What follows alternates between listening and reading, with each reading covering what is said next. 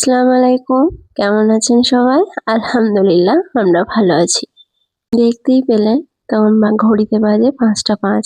আমি উঠেছি ৫টায়। তো আমার নামাজ পড়া কমপ্লিট করে তারপরে আমি কিচেনে চলে এসেছি মাহিরের টিফিন বানানোর জন্য। তো ওকে আমি কালকে রাত্রিতে জিজ্ঞেস করেছিলাম ও কি নিয়ে যাবে? ও বলল যে আম্মু কালকে আমাকে একটু ম্যাগি দেবেন, স্যুপ ম্যাগি। ঠিক আছে, আমারও তো শরীরটা ভালো নেই। যত তাড়াতাড়ি একটা খাবার বানানো যেতে পারে আর কি।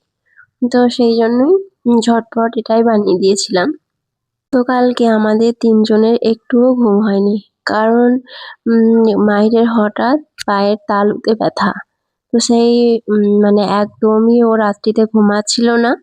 ০.৫ ঘন্টা অন্তর, অন্তর উঠে কাঁদছিল।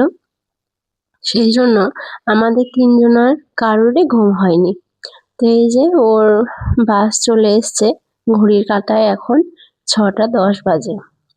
আর একটা ব্যাড হ্যাবিট যে ওকে বাসে তুলতে যেতে হবে, আমাকেও যেতে হবে। মানে এত ঠান্ডায়